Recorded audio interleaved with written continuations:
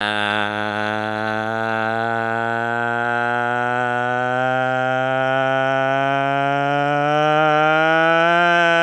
good morning, good afternoon, good evening, everybody. Welcome, finally, to another episode of the Cameron Moley Show. With me is Ming Chen. What's up, everybody? And I'm Cameron Moley.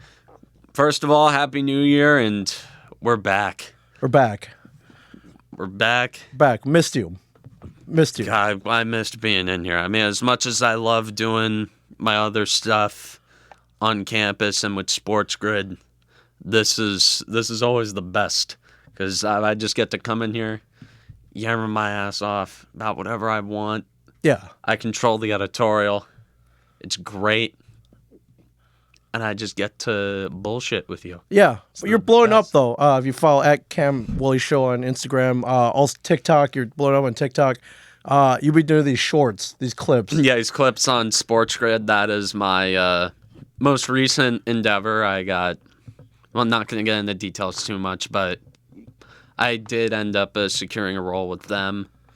You know, it started as a little internship, and it's going well. Yeah, opinionated commentary, I like to call it. Yes. With a lot of fire. Lot of fire. Yes, when I was... It's like, and that's what they want out of me, and I like that's what they want out of me. I like that's what...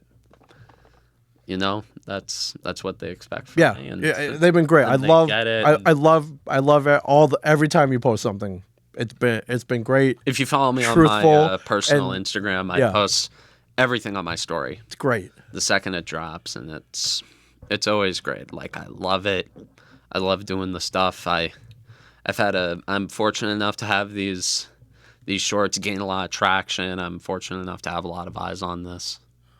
And it's fun. Just doing what I love, doing what I'm passionate about, and it's in my wheelhouse. I'm doing what I'm comfortable with. It's what I'm good at.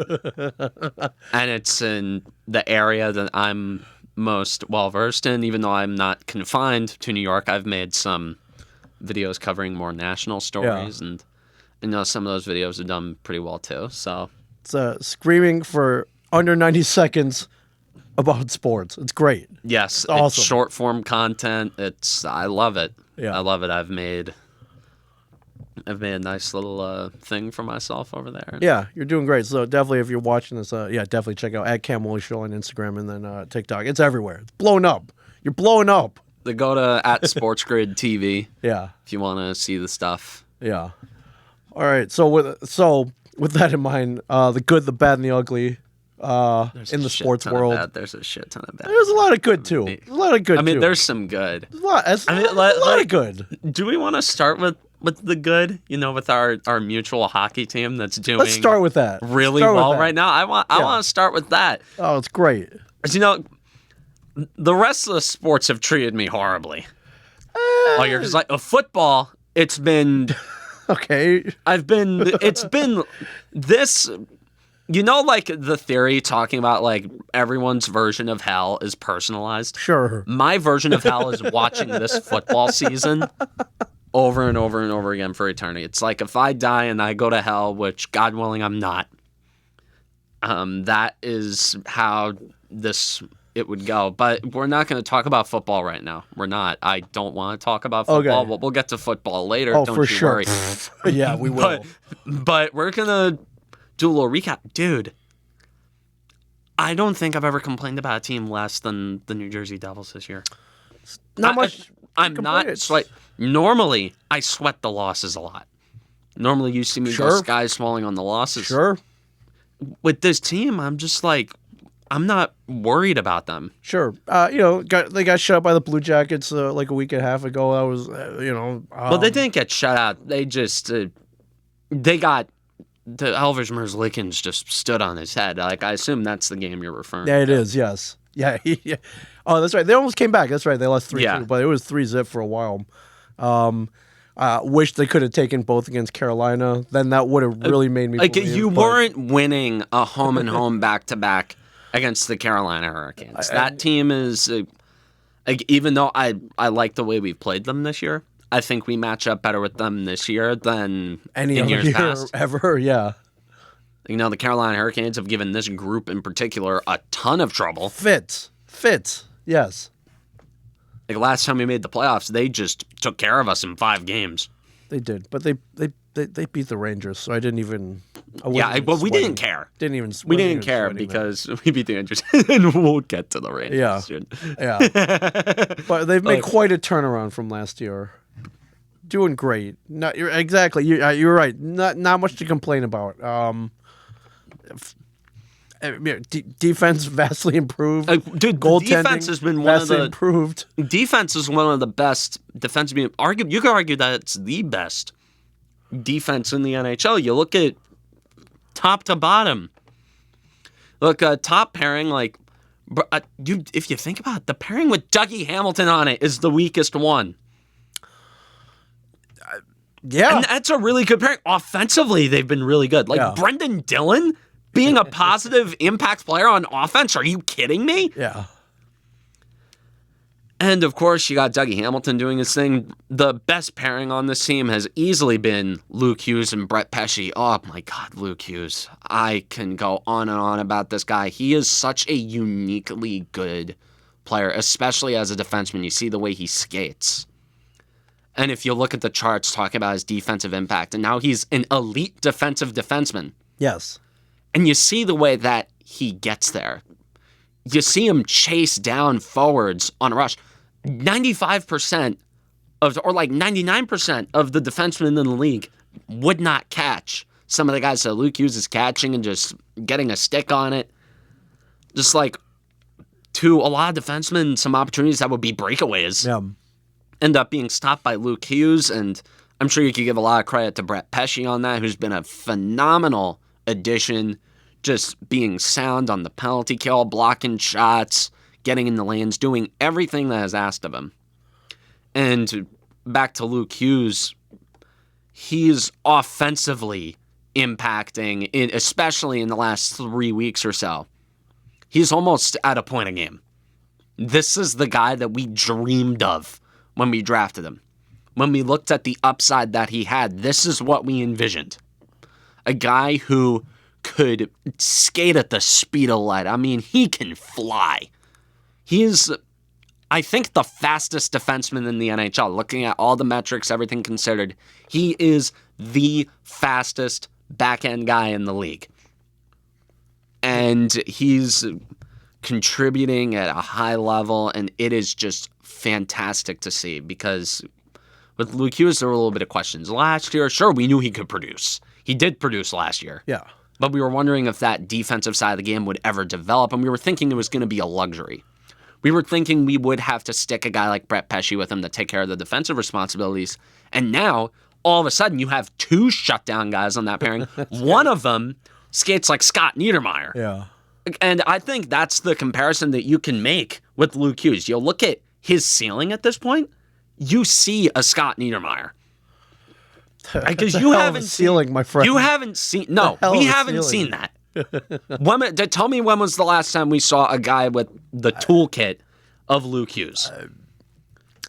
I couldn't tell you. Scott Niedermayer. That's the answer. That was the last time we've seen a guy like of Luke Hughes's just overall skill set and production was Niedermayer. Yeah, and he's basically in his second year too, so which is awesome. So. I mean, he's still in his entry-level deal. I mean, the contract talks, those are going to be a thing, but I don't think he's going anywhere. I think they're just going to hang on to him for a long time. I haven't looked it up. I don't know what the Devils' record is since he came back from injury, but I'm sure it's awesome. And nothing makes me happier than the Hughes to Hughes combination. Luke Hughes to Jack Hughes, boom, goal. I love it. There's another pairing we haven't even gotten to. Jonas Siegenthaler and Jonathan Kovacevic. Kovacevic in particular, where the hell did he come from? Like, he was supposed to be a 7th defenseman because everybody thought it's like, okay, it's going to be Simon Nemec. Now, you got Kovacevic coming up, sort of Wally Pips Nemec. Yeah. And you have Kovacevic playing so well that you can't take him out of the lineup. He's too sound defensively. And you got Siegenthaler who's bouncing back. That's your third pairing, by the way. Yeah. Your third pairing is a group that you can trust out there in those empty net situations. And speaking of those empty net situations, a lot of the times you'd see the Devils cough those up and take those away. But now, if I see a 1-goal lead in the third period, Yeah, I feel pretty good. I don't sweat it too much. Like late in the third period, I'm like, I'm not sweating this. Yeah. It's like, okay, it's like I felt relatively safe because you'd see guys get into those areas and dude, oh my God, I could go. And the forwards, you see, and this is just the work of Sheldon Keefe. You have Jack Hughes getting defensively responsible minutes.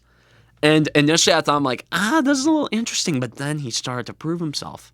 And, you look at Keefe's history with Toronto, Austin Matthews and Mitch Marner turned into Selke candidates when he was there. So it's no stranger Keefe is no stranger to turning normally offensive players into all-around guys by trusting them in those situations, and he's been rewarded for it.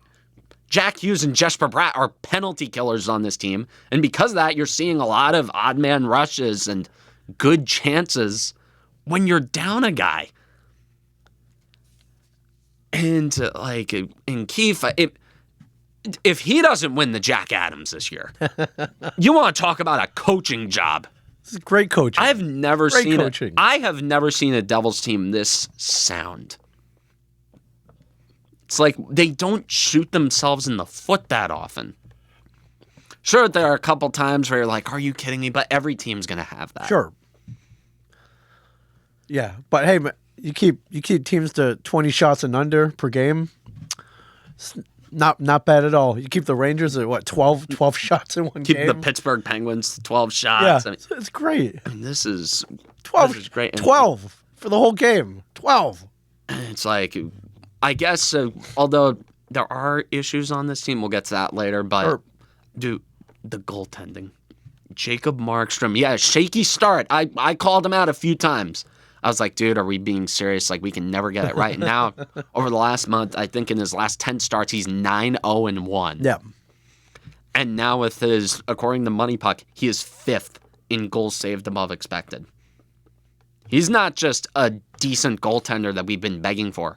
He can backstop this team to a few wins when they're not playing well, and that's the goalie's job. Yeah.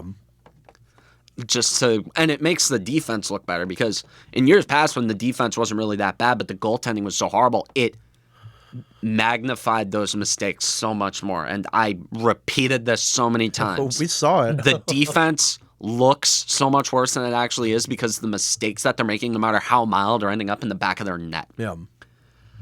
But now you have Jacob Markstrom who's covering up for those mistakes, and now all of a sudden the optics around the Devils' defense so much different. Because not only are they improved, their mistakes are going unpunished more often. And that's just, there's a lot here. It's like when you look at teams that have won the Stanley Cup in the past, I don't know, it's like, I hate saying this, like especially out in the open like this, but I'm getting that feeling from this team. It's like, I seriously think that they have a shot. They have a legit chance. I think they have a better shot than any team in the New York metro area in all of sports to win a championship. I mean that. When I posted that thing on Sports Grid, I meant that. I meant that because if you look around, I mean, in other sports, most of the teams are a disaster or they're in believe it when you see it territory. But you look at the New Jersey Devils and you look at their competition, like at the top of the metro, it's tough. Washington, that's a real threat. Although some cracks are starting to show. You look at any top team in the Eastern Conference.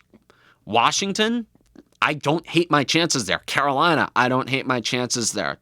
Look in the Atlantic, if you scroll up a little. Yep. Look at Toronto. I don't hate my chances there, despite the issues that they've had with them in the regular season. Florida, we've seen what they did to Florida in the regular season. Yeah. I don't hate my chances there. Been playing Boston, don't hate my chances. Tampa, don't hate my chances despite the head-to-head. Ottawa, Don't really hate my chances. Go back down to the Metro. Pittsburgh, I don't even consider them a threat. No. And it's like, just of all the teams that are legitimate threats, I mean, you look at how the Devils match up to them pound for pound, you don't hate it. Like, you look, and that's the mark of a real winning championship caliber team, to look at how they match up with any team in their conference, and you think, yeah, they can beat that. Yeah. They have beat it. But they're definitely capable of it. And I've never heard you this confident in season ever in the history of the Cameron Wolf About Show. a team, which probably means they're going to lose like 10 of 12. So which is that's how it goes, and the sky's going to fall, and I'm going to eat shit for this. So it's like, I know. But again, but right now, this moment, I'm feeling really good. It's like, I'm not sweating it. It's like, even though their win streak cap is at 3 games, it's like, I don't care, dude. It's like, if I consistently see marks like 6-3-1 in their last 10 games and just getting points, I love it, dude. This is great. This is close to everything that you could possibly ask for from a hockey team. Now, that being said, there are a couple of issues, couple of minute issues. Okay, go for it. I mean, I would like to see them get a little better in finishing. I would like to see maybe a real sniper get brought in. Maybe a replacement to Andre Palat on that top line with Bratton Hughes. But, hey, dude, I can't talk. That line's been great. And Palat just works up there. I don't know why. I don't know how. But it clicks. Even though he should be a cap casualty, I mean, he's just it works. It works, and if it keeps working, don't touch it. And I would like to see a couple guys get brought in for the third line to shore up the bottom 6.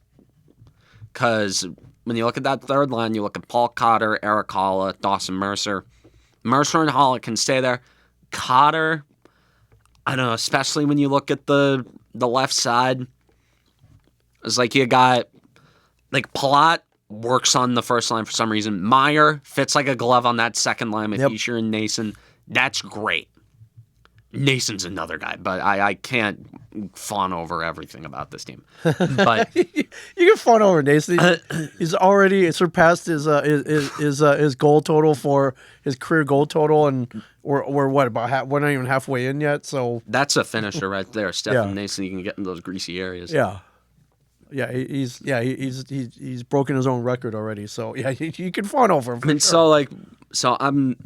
I would like to see a couple guys maybe get brought in. I don't care what it costs.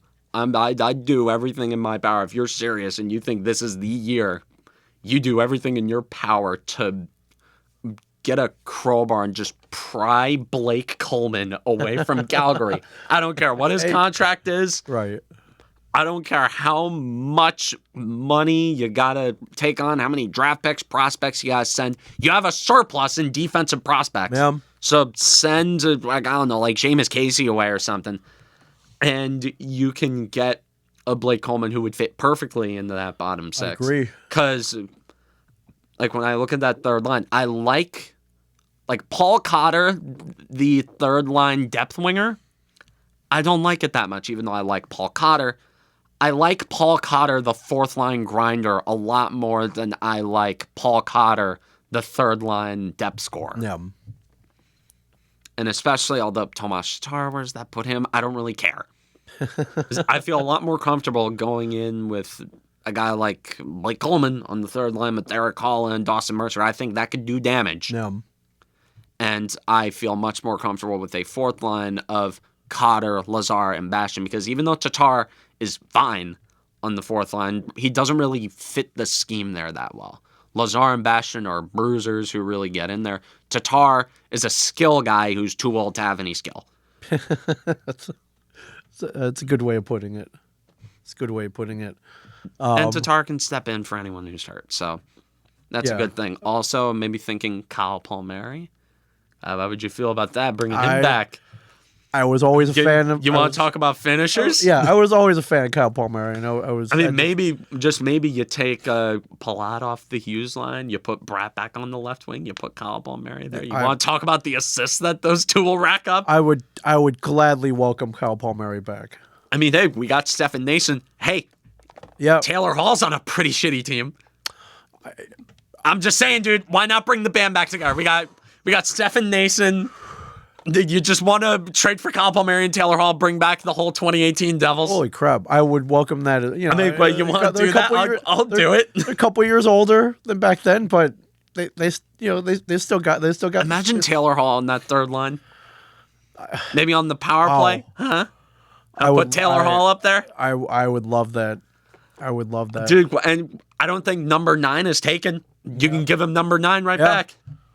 Yeah, hopefully, you didn't get rid of those jerseys. Hopefully, you kept those jerseys. I mean, even the people who got Parise jerseys who just duct taped. Yeah. Like, I remember take the nameplate off. Like when we went to the Rock, I remember I saw a guy who had a number 9, who had a Parise jersey, and just put a piece of duct tape and wrote Hall in Sharpie on it. I mean, God, think about how poetic that would be. That would be cool. Talk about, this is me nerding out. That would be like an Avengers Endgame type sequence where you got everybody from everywhere just banding together. And it would be poetic too. I would. Yeah, get Taylor Hall after he's been the Ronin for a while. Like, I'm getting that'd be cool. I'm getting emotional thinking about it. Just seeing those guys who dealt with the slop of this team for so many years finally getting back. The reward, maybe, and being some hired guns on a potential cup team. Yeah. That's cinematic to me. That would be I would do so much to see that. Oh my God. Yeah. Yeah. Any other complaints? These are minor. These are very minor complaints. Yeah. Just get a couple guys for the bottom 6. What, you think they're gonna stand pat at the trade deadline with this team? Hell no. No, they're not. Yeah. What are your thoughts on Allen? Jake Allen? I mean, he's doing his job. I don't know. He's the backup. He's okay. Yeah, he's all right. Yeah. But he was the only consistent. He was the only reason we stayed in that game against Carolina. Good point. Before it fell apart. Yeah. Before that 5-minute major, which was. I mean, it's not a good look. Like, I looked at that hit that Meyer throw. I'm like, imagine if it were someone like Alexi Lafreniere throwing that hit. Sure. Saying he's a dirty bastard. Right. Dude, it was the way he stuck out his elbow. His elbow looked a little too extended. It's hockey. You're moving 1,000,000 miles for my an hour. liking. I don't, dude, but if we're going to say this stuff about Matt Rempe, we got to criticize our own players for it. Dude, you looked at his elbow. It was fishy. It was fishy. If he kept it tucked and led with his shoulder, right, then fine. Like, that is absolutely fine. That would be a clean hit. The knee to knee, I don't know if I agree with that. No, I'd say there was no intent. I mean, there are some, and obviously, given that Carolina has a 12-1 record with that specific officiating crew, it's a little fishy. There's that too. I mean, but again, I'm not one of those people who blames his team's woes on officiating. I call out Ranger fans for that all the time. Sure. I think they have the biggest victim complex in the league for that type of mindset. Right. How about those Rangers? How about those Rangers? We have to gloat a little bit. Last year they couldn't shut up. They won the President's Trophy. Yeah, they won the President's Trophy. They're printing their cup tickets. Oh my God! I thought they were going to do it.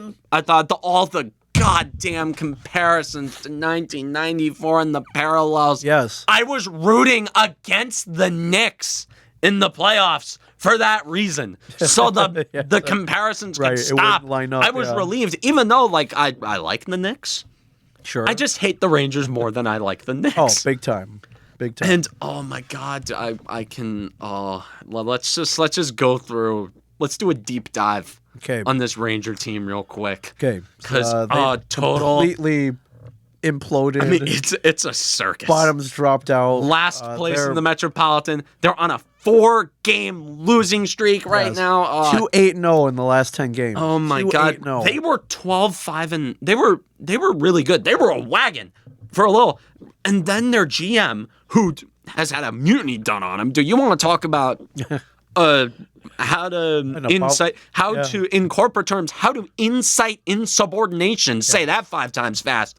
In your company and your employees, put out a memo saying, yeah, I know you're playing really well, but we want to trade your captain, who's a terrible hockey player, in Jacob Trouba. I don't know how they got rid of that contract in full and getting a return for it. Yeah. And Chris Kreider, who's been there forever, who's also kind of a player at this point, but you know, that would be funny, wouldn't it? Yeah. Chris Kreider coming here, stick him on the net front on the power play and winning a Stanley Cup for us. Wouldn't that be great? I would love to rub that in as well, but yes. I mean, that would be fun. Yeah. But I don't want him because he sucks now. He was a healthy scratch Yes. against us, a team he normally kills. Yeah. Yeah, that was... When I saw that, I'm like, what? What's going on here? They Yeah. have nobody else on their team can score against us. Yeah, and they didn't. So And they didn't. that was so funny. That was 5-zip, everybody. 5-zip. Oh my god! I was watching that game. What a great Christmas present, was- by the way. I spent half that game laughing my ass off. I think we all As were. I was just watching. That wasn't a hockey game. That was just I don't even know if mugging does it justice. That was something that I can't repeat on the air, Yeah. right. on live TV. Like something far too graphic to say Use your on imagination. live television. but yeah, Use your it's- imagination, yeah, connect the just dots. a Just complete imagine something just heinous. heinous. I mean, that was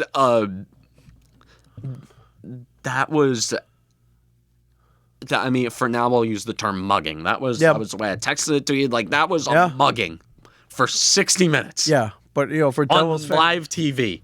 Devils fan couldn't have gone any better. Like It was cathartic. very. Because think about all the times where like we were good, but the Rangers were also good, so we kind of had to worry about them. But now it's like we're good and they suck. Yeah. I've waited for this. Do you have any idea how like you had it? Like although you didn't become a Devils fan until after the Cup, so I don't know if you really had it. But there were, like in the 90s and 2000s, I'm sure there were like 15 years where the Devils were great and the Rangers were terrible. Yeah. But in recent memory, yeah. in recent years, maybe, just maybe this will get their fans the hell away from the Rock. I am tired of playing road games against that team in our own barn. I can't stand it. And maybe it'll take a couple more times, but maybe they come in, we beat the crap out of them. Yeah, they don't want to come back. And they have to deal with they gotta go to Newark, then they gotta deal with NJ Transit, taking them back to Penn State. They gotta deal with the marvel of the Robert Moses-esque terrible public transport over there. I don't even know if Robert Moses had anything. Actually, no, he did have a lot to do with it. He made New York. But you tell my podcast co-host, Luke Dolan, diehard Ranger fan, by the way. He is pissed. Sorry, brother. Sorry, brother.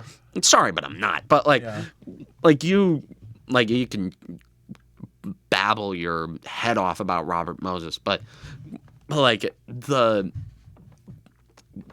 maybe a couple more experiences of that will keep them on their side of the river. Yeah, I mean, this past game was a very big step in the right direction, and I've never seen an ass kicking of the Rangers like that. Yeah, like I've seen games where like we outplayed them, but no games where we just completely dominated, ragdolled them. Yeah, it was like in the Avengers where the Hulk just grabs Loki and just puny God. It's like it was that in hockey game form. Yeah.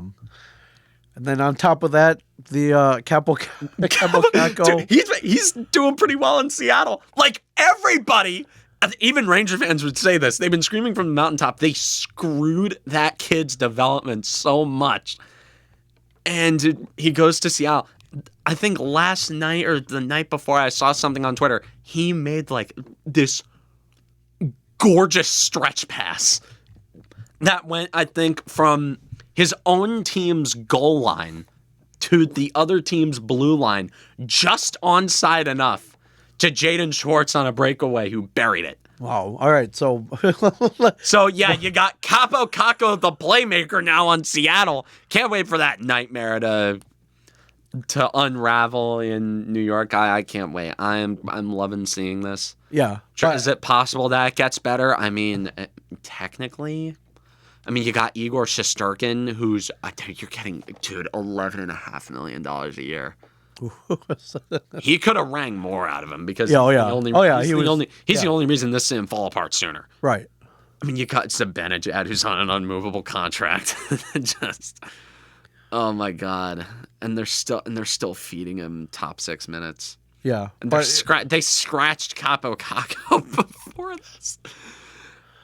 Oh yeah. my god! And, But they're and- refusing to give time to Will Coley. I mean, Lafreniere's really good. I mean, I'll give Yeah. him that. I He's mean, been- you know, I mean, with all these blue chip prospects, they got to be bound to hit on one of them. yeah. But I see we've been rerunning that clip back over and over of the NHL draft where the Devils picked Oh Jack my Hughes god! And here's the thing: it's at like Madison Square Garden. it's like and Ranger fans will say that. Oh wow, we took the player who was second overall. No, you started that fight. Yeah. You started that argument. You said all leading up to the draft, you gaslit yourselves into thinking that the player that you were going to take was going to be the better player in the long run. And for 2 years before Jack broke out, I had to deal with every single Jack Hughes related post on Instagram have comments that just littered everywhere of comments that said, quote, Kako greater than sign, end quote. Just all over social media, and it pissed me off so much. Even earlier this year, there were people who were parading it. It's like, oh, Capo Caco has the same amount of even strength points as Jack Hughes. Like, it's the stupidest narrative, and I'm so glad that it's over. And, you know, even if Capo Caco becomes a better player than Jack Hughes in Seattle, fine. It's not Yeah, it for the doesn't Rangers. matter. He's on Seattle. Doesn't matter. That's all we care about, dude. Doesn't And matter. we own Seattle anyway. Yeah. They don't scare me. No. No, but that was. It's like every one of our like rivals who we like bitterly hate. It's like even Carolina, I'm not there with them yet. I'm gonna need another. I know you have plenty of history with the Carolina Hurricanes. Oh, sure. I was there for the 2009 playoff game. Yeah, I the was shock. there. Right, you were there for the shock. I at was the there. Rock. I was there. That was. I was there for I know. four home games. Yes. I mean, Zach, well, I know you dealt with I know, like, the name Jussi Jokinen makes you get cold sweats. Yes. And Eric Stahl. I mean, Eric dude, Stahl. his brother's still driving us nuts. Yeah. Well. I mean, but, like, I'm not really... Like, there is a little something brewing there. Yeah. But again, it's like most of our players used to be on their team. It's like Stefan Nason, former Hurricane. Brett Pesce, former Hurricane. Eric Halla, former Hurricane. That fan base hates him for some reason. I don't know why. I'm trying to figure out, like, pick up any context clues. But again, I don't read books. I read enough to get good grades. That's my... that's the extent of the reading I do. I'm a writer, not a reader. Although I'm more literate than most people my age. So Yeah. I saw those games though. I thought they played Carolina very well. So, they did not look as bad as they did in years past. And you know, again, we said gives them fits. Carolina's giving them fits forever. it's like Washington. I don't hate. Like, I honestly do not mind the Washington Capitals. Like, as a team, Alexander Ovechkin has been one of my favorite players ever. I cried grown man tears when he lifted the Stanley Cup in 2018. Yeah. I stomped hard for him in that Cup final against Vegas. Now, other people on that team, different story. You know, I can't stand Connor McMichael. I can't stand John Carlson. Everyone else is either gone. Yeah. Like Backstrom, Kuznetsov, could not stand them. But outside of that, I love Ovechkin. Yeah. You know, Dylan Strome, I've got nothing against Dylan Strome. Like, he's a good hockey player. Like, I'm not one to hate players simply because they're good. Like, sure, they can drive me nuts, but, like, I just, like, I'm like, you know, it's like, it takes a lot for me to hate a player. I hate players on my own team who are terrible and keep getting given constant opportunities. Cough, cough, Aroldis Chapman. But... Fair, very fair. But like, or people who just sort of slither their ways away.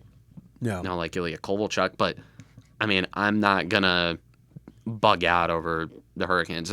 All the main rivals are terrible. I mean, you look at the Rangers, they're They've got a magnifying glass on them. They're the worst type of bad that you can be. They're extravagantly bad, which is the worst situation that a team can be in. But you know what? They're going to be fine. They're going to win the draft lottery. They're going to get James Higgins because the NHL, anytime the Rangers are remotely close to winning the draft lottery, they end up getting bumped up a couple spots. Yeah, it happens every time. What are they doing? Freezing envelopes over there or something? Like, or ping pong balls? Like weighing ping pong balls? Like, well, yeah, it happens every time. So they'll be fine. Yeah. The Flyers they're still kind of in hibernation right now. That Matvei Michkov's going to be an issue, though. Yeah. I am not looking forward to dealing with him. Like, I can sense that he's going to be a problem. I mean, Owen Tippett, too, for some reason, just kills us. But other than that, I don't really, like, the Flyers don't really scare me. I mean, they don't really piss me off. Pittsburgh, it's an enemy of my enemy. Yeah. Deal. Yeah. I mean, although it's easy for us to say because we never had to play them in the playoffs, and they've constantly played Philadelphia and the Rangers in the playoffs. It's like us and Pittsburgh and the Islanders. It's kind of like a soft alliance. Yeah, like, it's kind of like the U.S. and the Soviet Union in World War II, where it's like we didn't like each other. We just but we worked with each other. We hated the other guys more. Yes, so we'll work together to eliminate them. So, yeah, thank goodness. It is nice to see the bottom of the Metro: Flyers, Islanders, Rangers. Kind of nice. I don't hate the Islanders. No one really hates the Islanders. I mean, well, they haven't been relevant enough. I mean, well, again, we don't have a history with them. No, we have a history with the Rangers, and we have a history with the Flyers. Yep. How did the Hurricanes are higher up than the Islanders because we have a history with Carolina. Yeah. Yeah, just nice. Not all things come out of New York, so it's great. Yeah, dude, we run the tri-state area for hockey, definitely. Yeah. And because I mean, I guess technically, if you're looking at New York State, look at Buffalo. No, yeah. Look at Buffalo. I mean, you can say that every year about the Sabres. I'm like, look at Buffalo. Dude, hockey in general is just a fascinating sport to look at because 2/3 of the front offices in the league are just morons. Run by boys clubs and morons. Yeah. It's like the Devils front office isn't even that good. It's just they're a net zero, which makes them really good in the NHL because you have teams that are run by former players and idiots. Yeah. Like, sure, it's like a tiny bit of nepotism with the Devils. Like, sure, you have Marty Brodeur, who technically has a role with the team, but it's not really like he's drawing a paycheck. He earned it. Like, he's kind of a consultant. Like, he's getting a pension, as you know, because pensions aren't really a thing anymore, just in the world. So, like, he just gets a consultant role. He's like assistant head of player of hockey operations. Yeah. Or it's like vice president of hockey operations, which like makes him... It's a great job if you can get it. Maybe go and pop in the suites every so often, greet the season ticket holders, make sure they re-up their plans. Yeah, it's a great job. It's a great job. PR, goodwill ambassador. It's like the job that Eli Manning has with the Giants. Yeah. Just I would love that job. Like, he's just like sort of... Like, he technically has like... He's employed by the team. It's like he has an office... Like a nice little corner of, like, Marty, they didn't cheap out on his office. He gets a nice little... No, they give him a corner. Yeah, you see everything. Give him a corner office. Yeah, again, he's definitely earned it, though. He's beyond earned it. Yeah, so. Yeah, you think? Yeah, must be nice. Oh, yeah. Yeah. For sure. I think we... what? Oh, no, I don't know if you saw. I went to a Blue Jackets game last week when I was in... How weird is the lighting when you're actually there? Because every time I watch a Blue Jackets game on TV, I think the lighting is just the worst in the league. Full disclosure, I think I'm being a massive homer here, but I think The Rock has the overall best lighting. It's pretty good. Yeah, I like well-lit arenas. Like I went to a Nets game. The lighting's horrible in there. It's terrible. Look, it's like a cave in there. Brooklyn Nets. The Brooklyn Nets, I can't tell you a thing about them. Yeah, Barclays not really a fan of that place. Nationwide, I didn't notice the lighting was that dim. Granted, so I started out in the upper level, but about a year ago I met a dude came up to me I was at a con in Kansas City, and he was like, "Hey, I work for the Blue Jackets." Gave me his card. He's like, "Hey, if you're ever up here, shoot me a text." I kept the card. I shot him the text. And so, If you're ever at a Columbus Blue Jackets game, shoot me a text like, what? yeah. Listen, so it's good. Sometimes it's good to be on TV. He was a fan of comic book men. So I did. I shot him a text. Matt Tannenbaum, if you're listening to this, thank you. So we wound up between the second and third period riding on the Zamboni. So that was cool. You went on the Zamboni Went ride? on the Zamboni. I'm Yeah, sure like 10 people there were probably like, oh, wait. That's the Asian guy from Comic Book Man. If they did, thank you for my recognizing God. me. It was probably the God. last place you thought you would see me on. But yeah, they have this Gatorade Zamboni that fits. It was supposed to fit like 10 people, but they squeezed all of us on there as well. So we got to ride the Zamboni. And then afterwards, he took us over to the front office. I got pictures of Rick Nash, Mr. Blue Jacket, great player back in the day. Wait, you met Rick Nash? Met Rick Nash, yes. That's awesome, Yeah, dude. Oh my God. He's got the brodeur job. He's the he's like he's the one who goes to the suites and shakes hands and he. Hey, yeah. I thank him for those cell jobs that he did with the Rangers back in the day. Yes, and again, he's earned it as well. Like no doubt, he's earned that job.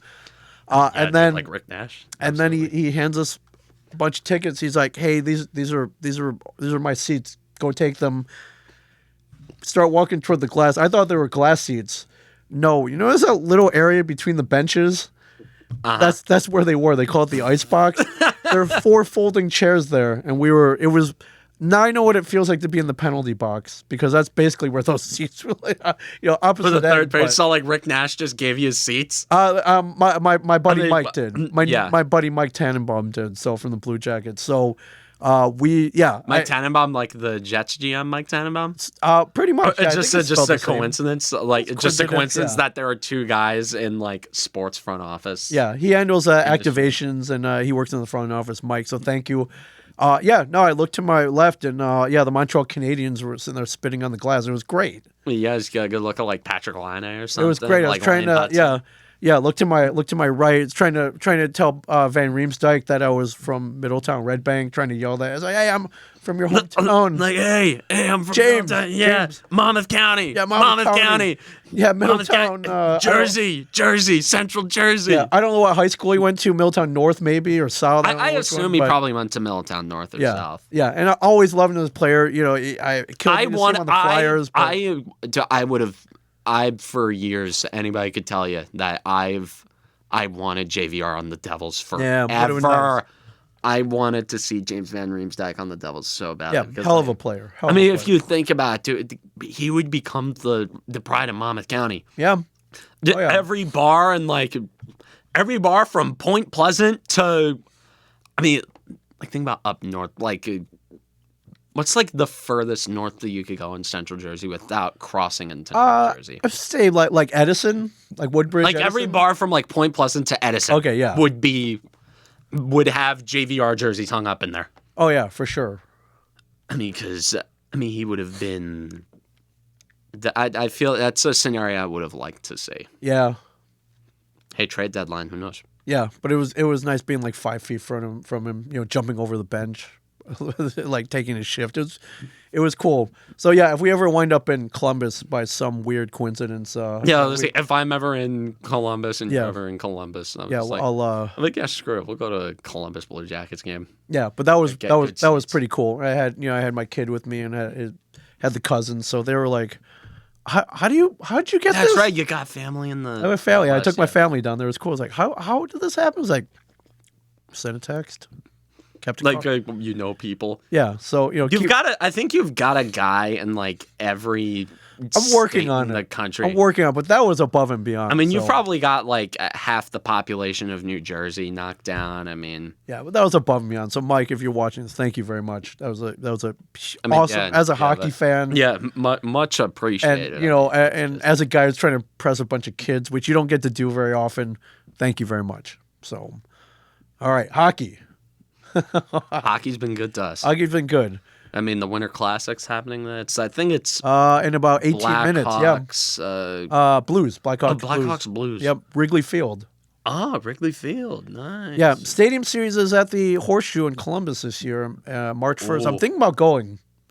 I had such a great time last year at Stadium Series. Well, I mean, last year because the Devils blew out the Flyers. that was great. Yeah, That's why that was fun. I mean, wasn't it like 20 degrees there though? Oh, it was cold. I think I told you though. My friend had an extra sweet ticket, so I wasn't that cold. Yeah. Again, I knew a guy. But even so, if you're there, you just sneak in a flask. yeah, I'd assume you yeah, don't it was warm actually one of our podcasters. Like, hey, I'm getting an extra ticket. Oh, sweet. He was there to do something with the Giants actually, and they asked him Oof. they gave him 2 tickets and asked him to stay. So You want to use that as a segue? yes, let's do it. Yeah. So Oh my god. yeah. Oh. yeah. So Uh, I know you were hoping for better, but no shit. I No shit, dude. mean, oh my god. did you this think is it was hell going on to earth. be this bad though? I mean, With to be honest, like if you told, like this is bad. I mean, this is before. If we lost on Sunday, I'd be like, you know what? We're getting the number 1 pick. We don't even get the consolation prize here. We don't even get it, cause like, dude. I think it's like I'm too far removed from it to really like scream my head off. I Here. know, Just, but you're still a lifelong fan. Oh my god! Orange jerseys. I had never. You love this I team. had never in my life been genuinely upset at my team for winning a game. I had never had my mood ruined. Yeah. Like even in most losses, the mood doesn't carry over to the next day. That win, the bad mood carried over. Like, you know, that's when it's bad. Yes. Like that's reserved for like Yankee playoff losses Yes. and blowing 20-point leads to the Eagles. Like that is what losses. That is what constitutes the feeling of feeling like crap when you wake up the next day. What? But lo and behold, I don't know how this team. I don't know how do you how explain does this team break bedrock every single year. I do not understand this. I don't think there's a worse situation in sports. I just want to know why. I'm being there. It's like Why? that's the worst team in football, the worst organization in football. Why did they win this week? Why? Because they were for stupid reasons. And I'd like to preface this. I'm not blaming the players for playing the win. I'm not blaming the coaches for coaching the win. That is their job. That is their prerogative. I am not hopping on their dick for that. I am not doing that. What I am doing is just like, dude, you mail it in for the whole year, and then right when you just gotta suck a little more often so we suck less in the future, you drop 45 points. I can count the times on one hand where I've seen the Giants do that. It hasn't happened in 5 years. No, when was the last time the Giants dropped 40 or more points? The last time Donald Trump was president. 2019. The last time the Giants scored 40 or more points. Wow. And I can't with this. I can't with this team anymore. I can't. And I understand that this quarterback class is weak. Like, it's weaker than usual. But Sure. the upside of Shedeur Sanders and Cam Ward, like, it's there. You can see that. Did you see Cam Ward in the Pop-Tarts Bowl? He was automatic in that game. And I was just thinking, I'm like, okay, you know, a couple more losses and we'll get that. Or we get the swagger of Shedeur Sanders, who already has a little bit of a rapport with Malik Neighbors, who wants to play for the Giants. And for some god-awful reason, he sees this and he says, you know what? I want to go there. And he just put together, and it's like, you have people who make constant innuendos about quarterback play. Like Malik Neighbors every week would not shut up, rightfully would not shut up about how terrible the quarterback situation is. And then he puts together that performance. And it's like he's going to demand a trade in 3 years because he has no quarterback. And it's going to be like, dude, if you just made a couple business decisions in your rookie year, you would have had one. And now you're in a spot, and Daboll saying stuff about, well, gee, when you get good quarterback play. Dude, you literally had the chance to start the quarterback who had, by EPA per play, the 6th best game by an NFL quarterback since 1999. You know who are the only guys who had quantifiably better performances in a single game? Peyton Manning, Hall of Famer. Phillip Rivers, bound for the Hall of Fame. And Tom Brady, who's the greatest quarterback to ever live. Yeah. And Drew Lock make up the list of top 6 single game performances by a quarterback. I was like this all off season. If you're serious about winning this year, you start Drew Lock because he provides more than Daniel Jones. And this game proved that. This game proved that if Drew Lock, he has the ability. And then, who knows, if you have him behind the better offensive line earlier in the season, they get a little wind under their sails. They're going at like 4-2 after week 6. Who knows where the season goes? Yep. But no, they went into this season. And anybody who with a brain, if you're looking at the big picture, it was never about this year. This year was about honestly tanking to get a quarterback. And this year it was going to plan. They couldn't even do that right. It was going so according to plan, and they just ruined it. They ruined it. The draft process is going to be all about Joe Schoen, a desperate GM whose seat is on fire, trying to trade up for a quarterback in this draft, probably with the New England Patriots, who are going to wrinkle and just like wringing out a towel. They're gonna wring out every single pick and asset that they can get for that pick because they know that his job's on the line. It's his ass. Yeah. It is his ass, definitely. And if you keep him around, they know that the desperation's there. They're going to take advantage of that. Like, if I'm New England's GM, I'm picking up that phone when he talks to me, and he's giving me the offer, whether it be like 2 1s, 2 2s, and a 3 and a 6. It's like, yeah, man. It's like whatever you want. It's like, I don't like doing this because George Carlin said this was douchey, but it's like, hey, man, you're going to... It's like, dude, you're going to have to give me more. And you know you're going to have to because your job is on the line. You're on the hot seat, dude. You can't nickel and dime me here. You have no leverage. Nope. Like that's me speaking from the point of view of the New England Patriots general manager. Don't know his name, but I assume he's a smart enough dude. I assume he sees the big picture. Yeah. And he's like, listen, man, you're going to have to give me a lot because it's your ass. This is your ass. Like, if you don't get a quarterback here, you're screwed. If you don't get a quarterback, your team's going to suck next year, and you're going to get canned. Yep, and this is what we want. Like, take it or leave it. Like, this take is it or leave it. Like, take it or leave it. Like, here. You should probably take it. It's like, give us your entire future, or you're out of a job. That is literally what it boils down to. It's like, give us your first-round picks for the next 4 years, your seconds for the next 3 years, and your third and fourth this year. We'll give you we'll let you keep a couple of picks in there and give us Wan'Dale Robinson or someone. And a legit player just for that first overall pick. Yeah. And Joe Schoen, if he's concerned at all about his employment or his future in this league, he's going to have to do it. Which he should be. So, yeah. Like, he's going to have to do it. We're going to mortgage our entire future on a quarterback who we don't know would even be taken in the top 10 last year. So, that being said, who would you want more, Cam Ward or Shedeur Sanders? I've been more partial to Cam Ward. I would not complain about Shedeur Sanders. If we lost this game, I'd be able to have this conversation in a little more of a positive light. Yes. I'd just be like, hey, we're going to have the pick of 2 of them. It's like, I wouldn't really complain about either of them. I do like the way that Cam Ward profiles at the next level a little more than Shedeur Sanders.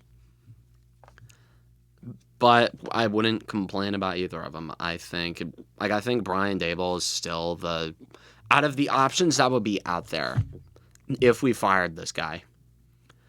The Giants GM or the head coach job is not desirable at all. No. Like, any coach, no. Like, no coach in their right mind would want to come here. The only reason we got Daboll, who was like one of the hotter prospects was because we had a clean picture and a vision and it looked like he could build something. Meanwhile, it's like if you fire Dable and you keep Joe Shane, it's like you're not being given anything. It's like it's not a good job. You're going to get your fifth choice, which is probably going to be some crappy special teams coordinator who will do anything to get a head coaching job. Right. Yeah. Take any job. And it's going to suck. We're going to end up with another Joe Judge. And it sucks because I thought we were done with this. I thought we were done with the carousel of coaches. I thought we had Brian Dable. And, like, I still think that if for nothing else, the sake of continuity, I mean, you can't disregard what Brian Dable did in his first year here. You can't. No. And it's clear with that game he didn't lose the locker room. It's not like the team quit on him. Yeah. Felt good to be in the playoffs for a second, too. So. Like, yeah.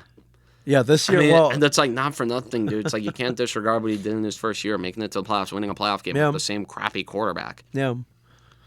This year, well, at least they won at home. They got a home victory. Dude, I don't care about the home wins, dude. So at least they won at home. Yeah. Yeah, I felt bad, dude, but it was, after a while, I know, do you ever get, I guess after a while, you just get numb to it, right? You can just accept it and, like. I'm trying to get there.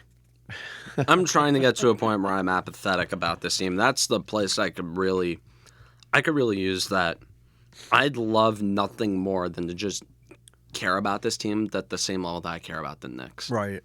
It's like I'll root for them. I'll be slightly partial to them, but like I'm not going to get bent out of shape if they lose. And all this team has done is just lose. And I don't see it getting better, dude. This team's not going to win anything for the rest of my life. I genuinely believe that. It feels that way.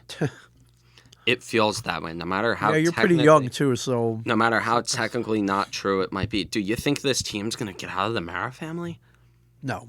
It's going to take another Pete Rozelle-esque intervention to force a good front office onto this team. Yeah. That was the only way the Giants stopped sucking after the 70s. Yeah. When Pete Rozelle forced Wellington Mara to hire George Young. And the Giants lived off of George Young's connections for around 40 years. Yeah.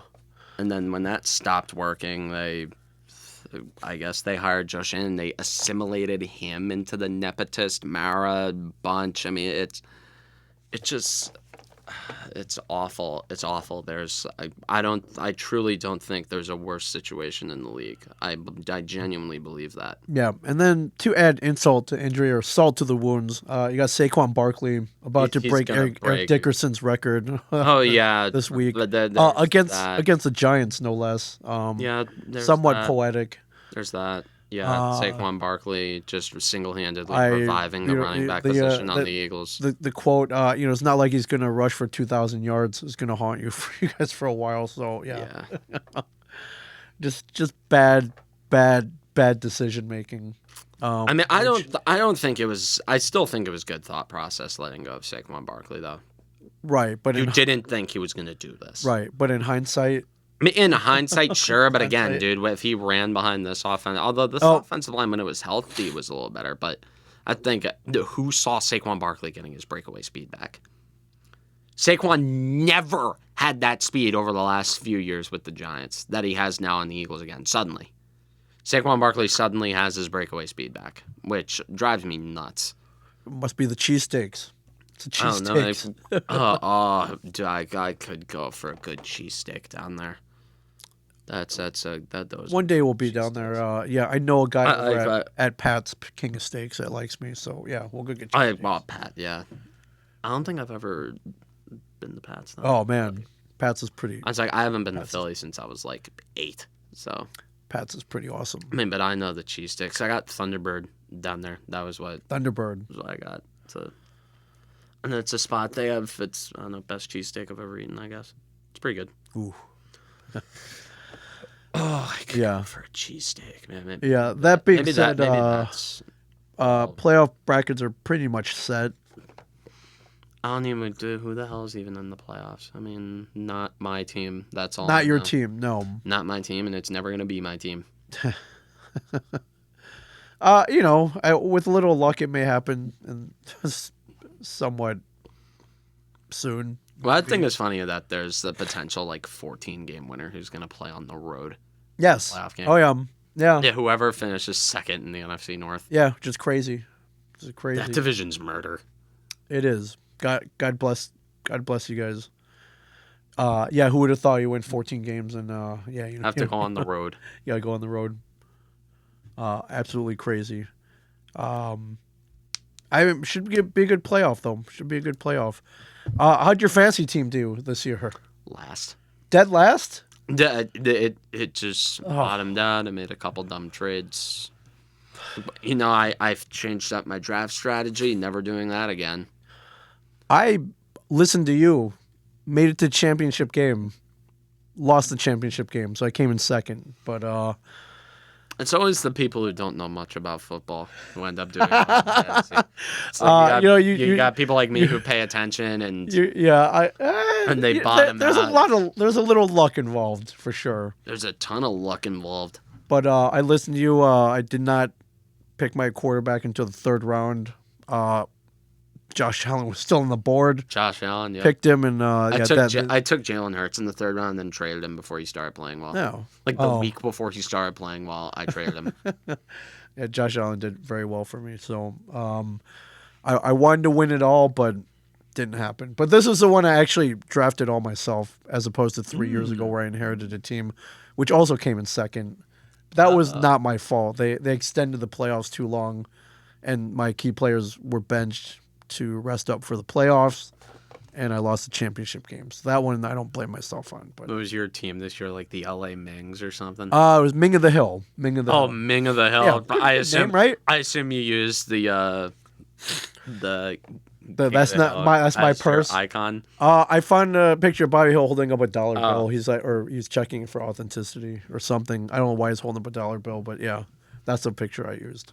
I need to check this dollar bill and see if it's good. That boy ain't right. That boy ain't right. That team ain't right. So, but I came in dead last year. So last to second, I'll take it. It would have been nice to go last to first, but no, I'm just gonna. I got a lot of work to do. Just gonna, not good enough. Yeah, I'm doing all the post game presser. It's like, not good enough. Yeah, I'm just gonna. Until next year, I guess. That's that's all we can hope for. But yeah, I'm very proud of the Ming of the Hill team. So, yeah. Baseball. I mean, it's a little bit old news at this point. Well, but... we'll rewind a little bit because last time I saw you, we were about it was near the end of the season. Then went into the playoffs, and I mean the Yankees made it to the World Series. Yankees lost the World Series, but oh my God! Oh, if I were here for that, oh my God! the day after losing the World Series, I would have made a point to come in. I would have been like, you know what? Like I gotta come in. This has gotta happen. Yeah. And I would have. Oh my God! I would have ripped Judge to shreds. I would have ripped him. That was a tough loss. New one. I mean, you could see the writing on the wall after that game one. Yeah. You don't usually win a series after losing a game like that. That was in the way that you lost it.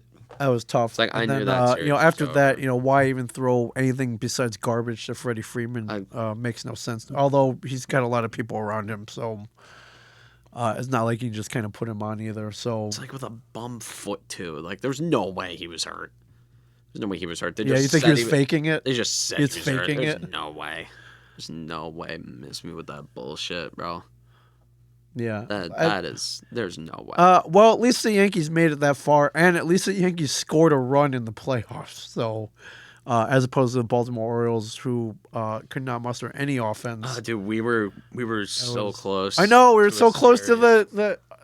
I was really hoping for that. But we would have had to do something like over. Oh, I would have. Yeah, I would have come. I would have come up. I would have totally come up for that if that happened. I mean, Iona has a studio right there. We could have just recorded in there. Sure. Yeah, we could have and like set up a camera Yeah. there. Or No, whatever. easily. I mean, there are cameras there that Yeah. I could just take those out. Easily. But I mean, you guys played great during the playoffs. I mean, I'm not gonna lie, it was fun to Yeah. see him win the pennant. I mean, even though a lot of those moments are kind of soured now because of recent events, it was fun. Not gonna lie, sitting down in the living room with sometimes my buddies would watch them with me, and sometimes I'd watch them by myself. Yeah. And I'd sit there, like there were some good memories. Yeah. There were some good times. I'm not gonna lie. I mean, going all the way back to Game 1 of the Royals series, where people were just in the living room while I was watching the game, and they were talking about other things, and I was just so locked in on the game. I was just telling everybody to shut the hell up. Yeah. Yeah. Soto hitting that 3-run homer, that was a great moment. Soto 3-run homer, dude. That was. It's like even after him leaving, that was like a top.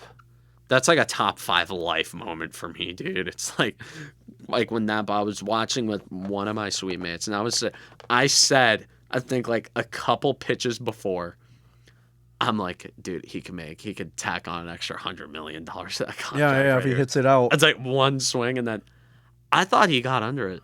I'm gonna be honest, when ball off bat, I thought my initial reaction wasn't, oh my God, that might be out. Right.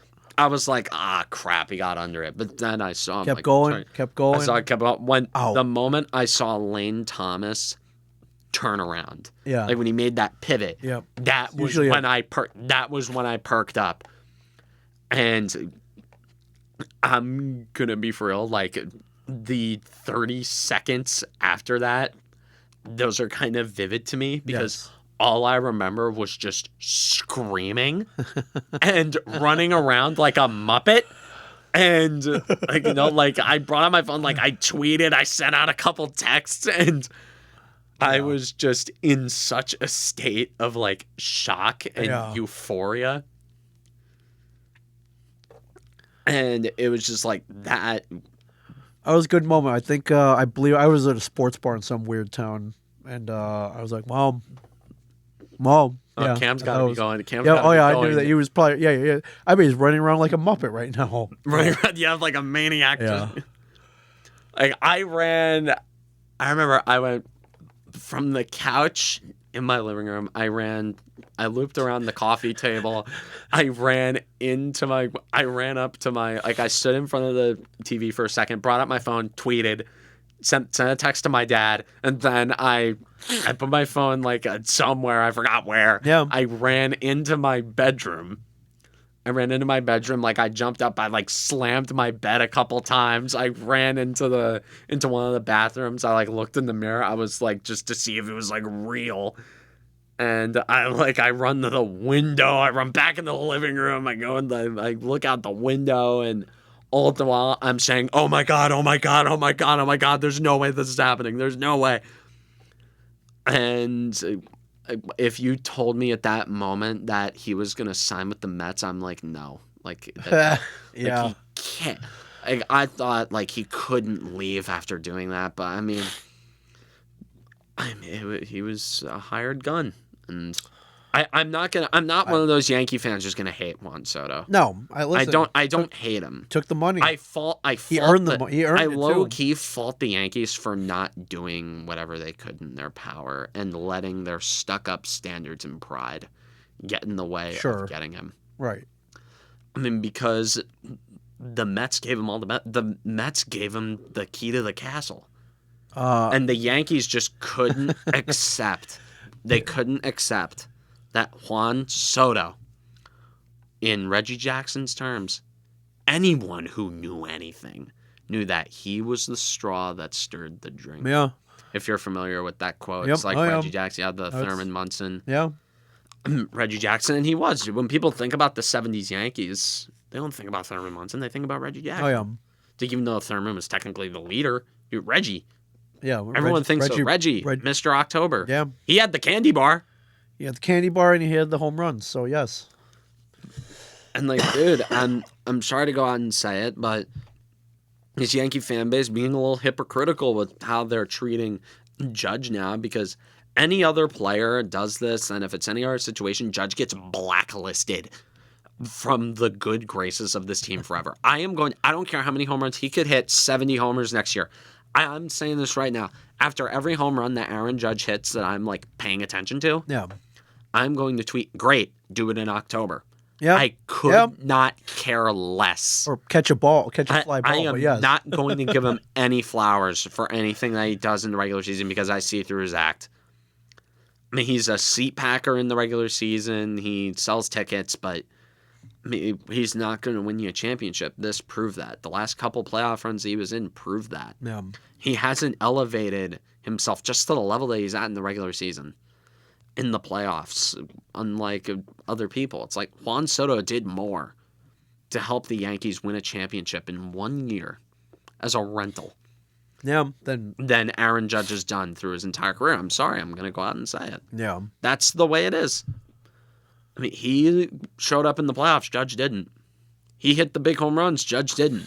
Like, sure, Judge had that homer in Game 3 of the ALCS, but they lost that game. Yeah. Like Soto, sure, he made a couple of questionable plays on defense, including in that Game 1 where the defensive mistakes really piled up. But Soto showed up in a way that I don't think Aaron Judge ever will. And a lot of people are going to realize that. Some sooner, some later. But Juan Soto, in my lifetime, or at least since I started paying attention to the Yankees, has made the most impact. Yeah. In my life. It's like when I think of Yankees in my time as a fan who had made the most impact like at the moment and throughout in this team's ultimate goal of winning a championship. Nothing else matters. We can't all of a sudden start championing players for loyalty. Like I thought winning was the only thing that mattered. And winning is the only thing that matters. If you're a Yankee fan, I mean, we constantly parrot this point over and over again. We hammer it home. People call us spoiled for it, but you know what? That's the standard that we set for ourselves. And if you don't like it, fine. But that's the standard. And all of a sudden you have Yankee fans eating out of Judge's hand because he didn't leave. He didn't take the money. Come on, where'd our balls go? This fan base is soft after this. Come on. Whatever happened to winning above all else? But, he chose the pinstripes. Give me a break. That stuff's for guys in their late 30s. That'll bring in Paul Goldschmidt, who's 37. Yeah, which it did. Who's who I think has a membership with AARP. Yeah, $9 a year. I mean, he's probably dealing with back issues. And, dude, his beard that he'll have to shave. Yep. There was gray. There's gray hair in that beard. That the prestige, the pinstripes, the guys who want to play here, they were growing up in the 90s. Newsflash. Then in case you don't know how time works, people who were there and cognizant for the mid to late 90s and 2000s Yankees, they're on their back nine now. They're in their late 30s. Well, I'm not saying more, yeah. I'm not saying back nine of their life. I'm saying back nine At the golf course. of their baseball Yes. career. Yeah. They're close to becoming full-time golfers. Yeah. But the people who still revere the Yankees in that way are not in prime athletic age. No. You got people like Juan Soto who are 26 in their prime and free agents. You can't swoon him with that. He doesn't care about that. In his lifetime, the Yankees have been nothing but colossal chokers. They've been nothing but just another team. Who loses? They're the Toronto Maple Leafs to him. I gotta laugh. I'm like, you know what? Just give the guy the luxury suite that he wants. Like, dude, just give him the suite. give him the Give him the box. security. I don't care. Give his mom the allowance. You can afford it. Yeah. I do. No matter. I do think the demands were a little ridiculous, but It's Juan Soto. I mean, He's ridiculous. Yeah, it's Juan Soto. So what? He's a ridiculous player. Ridiculous players want ridiculous things because they can ask for it. Yeah. And Steve Cohen gave it to him. He gave him the keys to the castle because he knows how special of a player he He is. gave him the keys to the luxury box at Citi Field as well. And so. I understand that contract is going to be a disaster probably for the last 7 years of it. Yeah. Or 8, 9, or 10. No money deferred, correct? No deferred salary. No. I I can't. Is there an opt out? I can't remember. If there's an opt out, but There's an opt out after year 5, but it gets offset if the Mets add an extra $4 million a year. oh right, that's right. So it could be even more. I mean, it's than, not, and who knows if Soto's even going to take the opt out. Yeah, depends on how If he's things are going. 30, if he's 30, I mean, like he could. God willing, the contract is terrible, and we can all laugh about this, but We'll mean, see. You can't blame the Mets for not doing anything this offseason, though. So, that being said, I mean, Yankees made a few moves. Max Fried. I do like Max Fried. Max Fried, that's a great move. That's a stopper right there. Devin Williams. Yeah. Ooh. Devin, yeah. I mean, yeah. I kind You of. no longer have It's to. like I can kind of admire the strategy of going all in on run prevention because that helps. It gives your offense a lot more of a margin for error. Yeah, and Yankees offense even without Soto, pretty damn good. I mean, it's a lot easier to navigate now. Yeah. To be for real. Even with Soto, you're doing a lot of what ifs. It's like Judge, yeah, in the regular season he's going to do well, but what, you're going to rely on Anthony Volpe to break out? I mean, sure, like Jazz Chisholm. Like, he's really good. He benefited a lot from playing away from Miami. Oh yeah, big time. I think his WRC plus jumped like 30 points from pre to post trade deadline. Yeah, and then Cody Bellinger, not low risk. I think low risk. He profiles well for Yankees. Like there are a lot of ways that you gotta talk. It's like you don't have to talk yourself into Juan Soto. You have to talk yourself into Cody Bellinger, especially with that contract. It's like Cody Bellinger. Sure, he's a pull hitter. Half of his years, he has like an 860 OPS. I mean, even with Chicago, he's like one on, one off, and you hope this is just one of his one on years, I guess. Yeah, it's like the Star Trek movies. Every other one sucks. So I haven't seen a lot of the Star. I'm not a Star Trek guy. yeah, me either. I've seen the movies, so then I haven't seen any of. I haven't even seen the old ones. they're good. Yeah, they're all the even ones are good. So Wrath of Khan. Yeah. Wrath of Khan. I've heard that was. I've heard that. The even ones are good. I see right here. Welcome back, Johnny Lasagna. I'm like, if he stays healthy, but Yeah. we know he's not going to stay healthy. If the question, if he stays healthy, comes up with the Yankees, is it's not going to stay. The answer is no. Yeah, and a little veteran presence like Paul Goldschmidt. Dude, he's old. Dude, he's gonna wake up. It's like, oh, my back. It's like, dude, you can't do that, man. I like that it's a 1-year deal, and you're kind of kicking the can down the road for better free agents in the near future. But you kind of can't really bank on the future, dude. Judge and Cole, they're getting up there. Stanton, getting up there. I mean, this is gonna be some dark times, man. It's gonna be bad. Yeah, well, we'll see. It's better than the Orioles, who haven't done anything yet this offseason. I mean, but you got young talent to replace. We do. Yeah, unproven. Well, yeah, yet to be. Some of it yet to be proven. Young talent. I mean, so. yeah. I mean, Grayson Rodriguez is Grayson. good. Yeah, Grayson's great. Adley Rutschman. Gunnar Henderson. Adley took a step back last year. He kind of fell a little out of the good Yeah. graces a bit. Yeah. I mean, you got Gunnar Henderson's a perennial MVP candidate. That guy's great. He's amazing. I have no. Yeah, I'm very lucky to have Gunnar Henderson. Didn't get Corbin Burns back though, but I don't think there was anything they could have done to keep him there. He wanted to be in Arizona with his newly born twins and his family, and I totally get it. That makes sense. And no state income tax either. And no state income, which makes a huge difference. I don't think Arizona has a state income tax. No, they don't. And it's like any state, like down south, I don't think has a state income Florida, tax. Texas, it's pretty. I've said a million times, it's like if I end up getting a job where it's like remote, I'm like, dude, I'm going down south. I'm going down where there go no establish a state legal income tax. residence in Texas or Florida or And Arizona. there's like, and where I can, afford to buy a house. Yeah, listen, and that's a pretty good chunk when you're making $265 million. I mean, with the taxes, it's like any account. I'm sure these guys have financial advisors and accountants who. Oh, I think that's the first person you hire after your agent. Yeah, it was like, listen, go to Arizona. established residency there. No state income tax. It's great. I mean, dude, like, look at the Florida Panthers and Tampa Bay Lightning. Yeah. I mean, you got a lot of people going there. You wonder why the Toronto Maple Leafs have to spend so much money to keep their guys. I mean, the only reason we were able to keep Jack Hughes at $8 million a year was because he didn't wait a year before he didn't carry himself into being an RFA. Yeah. If he was an RFA, we would have had to break 5 figures for him. Yeah. Seven figures. What a great deal. God, And now looking back, yeah, hell of a deal. I mean, Jesper Bratt. I mean, I don't know how we locked up that group to those contracts, especially. I mean, New Jersey's probably. I mean, I know around here the state income tax is up there. It's more than zero. Yes. Yeah. Definitely more than zero. And the property taxes in the state stink too. But hey, whatever.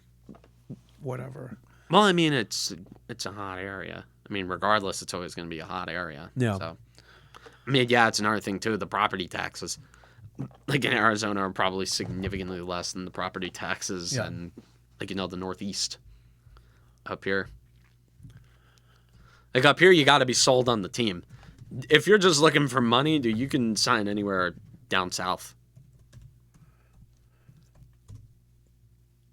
I'm looking to see when pitchers and catchers report in 42 days, 6 hours, 40 minutes, 30 seconds. Just a heads up there. So, we're getting there. Got football playoffs first. Yeah, football. Yeah, which I'm sure you're so excited. I mean, about. I'm being for real, dude. Baseball is gonna take a backseat to hockey if the Devils are in the playoffs and go on a run. Listen, we dude, like, try not to if get the Devils are, I'm genuinely hoping that I don't have to care about a single Yankee game until like June, or at least late May. Yeah, I mean, we trying to get too overexcited here because when we do, it always backfires. Yeah. But I think there's a good chance of at least Playoff hockey. hockey. And I love playoff hockey, even though in the moment when you're watching the game, it sucks. Well, when you do playoff hockey, when you don't have a dog in the fight, it's the best. Yes. But when you do have a dog in the fight, although even like watching the Ranger playoff games, I'm just like, it's painful. You want them to lose so bad. It's like you want them to lose so bad. You want them to lose so bad, and then when they don't, you're like, all right, you start resigning yourself to living in a world where they win the cup, and you see a dark future ahead of you. I start berating myself for not becoming a Ranger fan. That's a bi-yearly thing for me. Yes, you've gone on record on social media on that. So if you want to look back at some old, saying it's like why some old tweets that aged well, go to @CamWillie on every platform. You want to look at tweets that any take that ages well, go to me. Yeah, it's a great history lesson for sure. But yeah, I think we have a good chance at least watching some playoff hockey this year. But it's exciting. Everyone's got to stay healthy. Please, everybody stay healthy. Please. But even when you get to the playoffs, these guys play through injuries. Sure. Remember when Dougie Hamilton played on like a broken thumb, man, or something? No, right? broken wrist. Broken wrist. Like the whole wrist. Like his wrist, like his hand was like it. Yeah, he could barely shoot. He was like, I want to be out there. It's like, okay. Just make sure it doesn't fall off. But they probably shot him up with whatever drugs were legal. Morphine. Yeah, or whatever. It just numbs the pain for a couple hours. Although morphine, that knocks you out. So I mean, they probably just kills a bottle of aspirine before every game. It's just like, all right, just wrap it really tight. Just wrap it real tight. Yeah. Like just send me back out there. I was like, tape me up, coach. Yeah. Hey, man, that's the kind of guy I want out there, though. It's hockey. We're not square dancing. I don't want no cream puffs out there. It's like, didn't like Matthew Tkachuk play on, I forgot what it was. I know it was something bad. It was like, some, like, one of his, like, vital organs. I mean, it's like a collapse. I don't think he played on a collapsed lung or something. That was Aaron tough, Judge. Aaron Judge played on a collapsed did. lung. I think it was some kind. I think he played on like broken ribs or something. Yeah. Yeah, Matthew Kachuk. In case you don't know what having a broken rib feels like, breathing. That becomes excruciatingly painful. I've never had broken ribs, but Yeah, me either. like I've heard. I know relatives who have had like bypass surgeries where they had to crack the rib Right.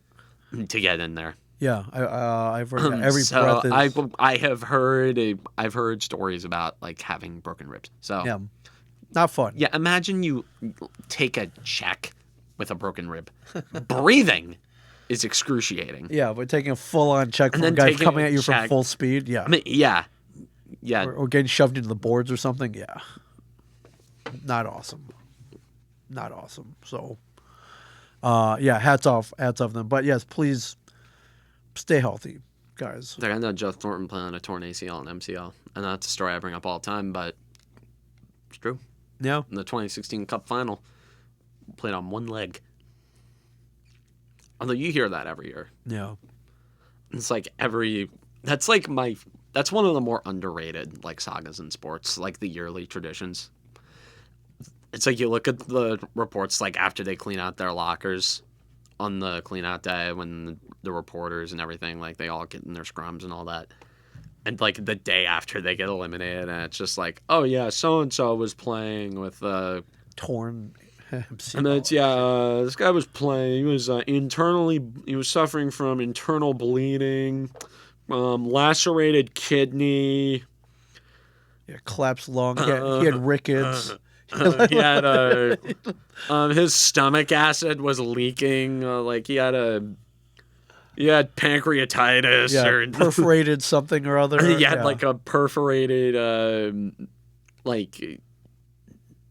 kidney or whatever. Yeah. Like his spleen exploded. He ruptured his spleen. Hey man, it's hockey.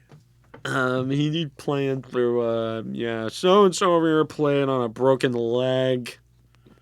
And this guy broke his big toe.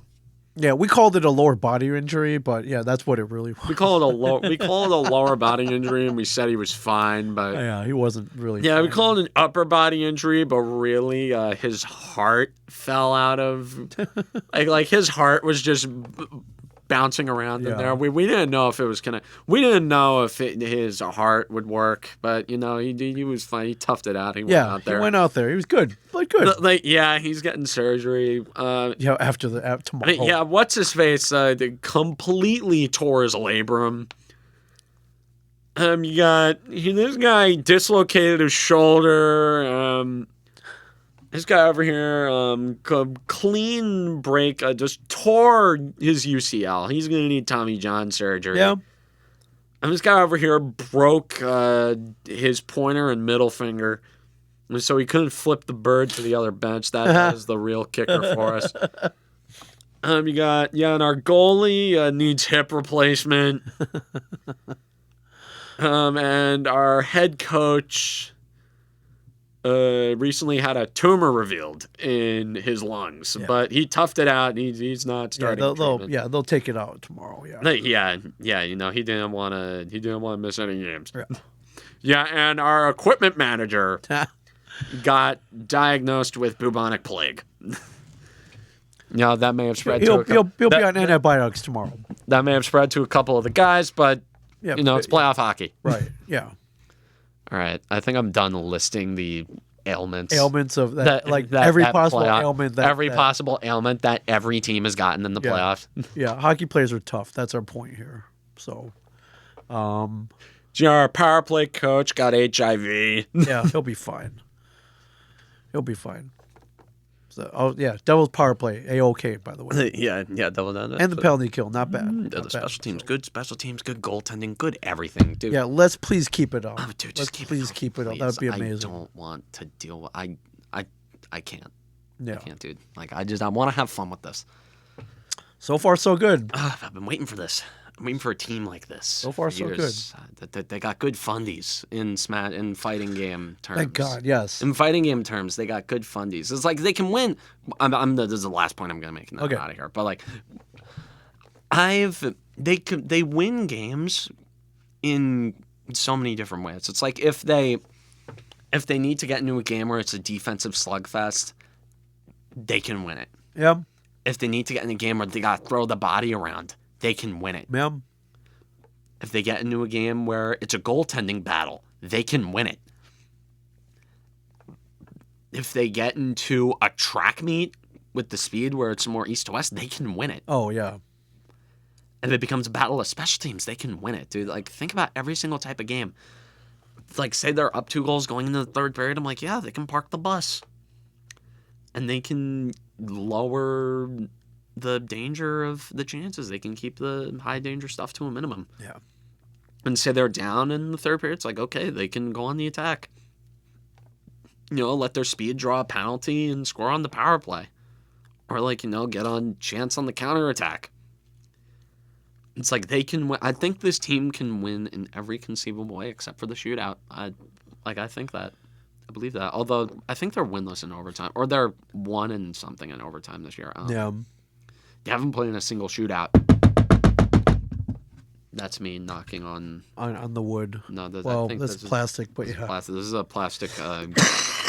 This is a plastic end table. Or Yeah. something that It's you a, put it's out. a folding. This is a WWE folding table, basically. Yes. This is a beer pong. This is a beer pong table. It's a 6-foot beer pong table. Yes. Basically. Yeah. You can rearrange some things in here. You could have a hell of a time. We could.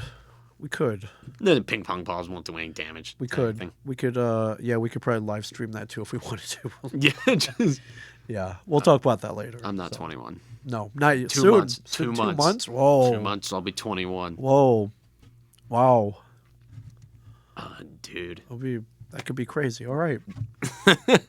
Yeah. Anyway. Although the Mac canceled Atlantic City this year, so that Oh, no. sucks. It was like the week after I turned 21, too. So Oh, I would have gone. man. I would have gone in all the casinos. Yeah. Yeah. I would just walked on the board, even though like AC is like a washed up shithole now. It's like I don't Sure. care. Did they have a Hard Rock? Hey, man, you could have been up a couple $100 to get passed out on the beach. Yeah, all that stuff, man. I would You know, not. all Have, that stuff. I would not have been up anything. Yeah.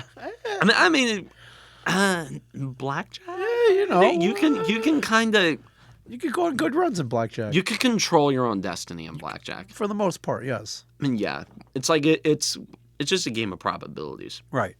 Little luck. As you know, Little it's luck. like more like if you think about more likely than not, the highest probability of a card you're gonna get is a face card.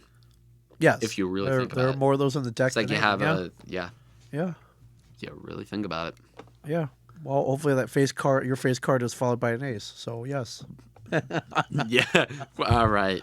Oh boy. Welcome That's back. great. Oh, I love being Welcome back. back. Like, I'm gonna be here for another like couple weeks or so. Okay, maybe, cool. Maybe get 1 or 2 more shows in. Maybe I don't know. All right, love it. Like anyways, from Ming Chen and a Shared Universe podcast studio. I am Cameron Woolley. Don't forget to like and subscribe. Follow me everywhere. And as always, stay classy, New Jersey.